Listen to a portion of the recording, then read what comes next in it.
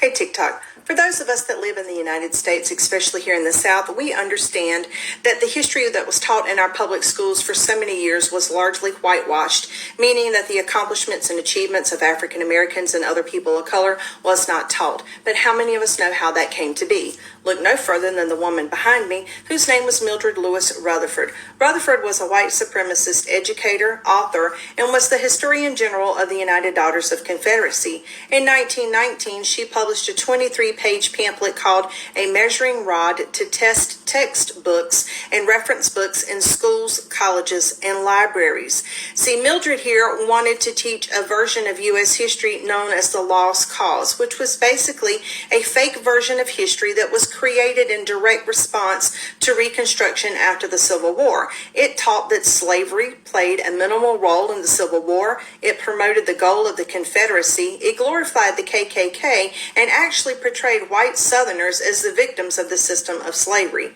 Crazy, right?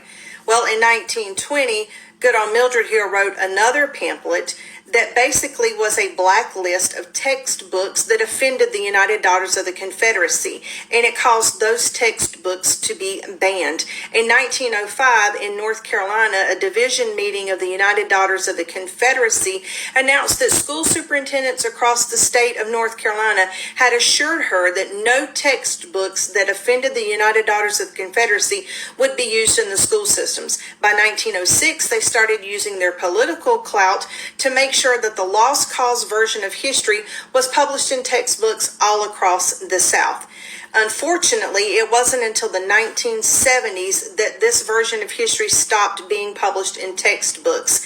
It was 1980 before Mississippi stopped using these books, and it took a federal court order to make them stop publishing this fake version of history. Sadly, between 1889 and 1969, there were 69,706,756 students enrolled in elementary and secondary schools in the United States that were taught this false version of United States history.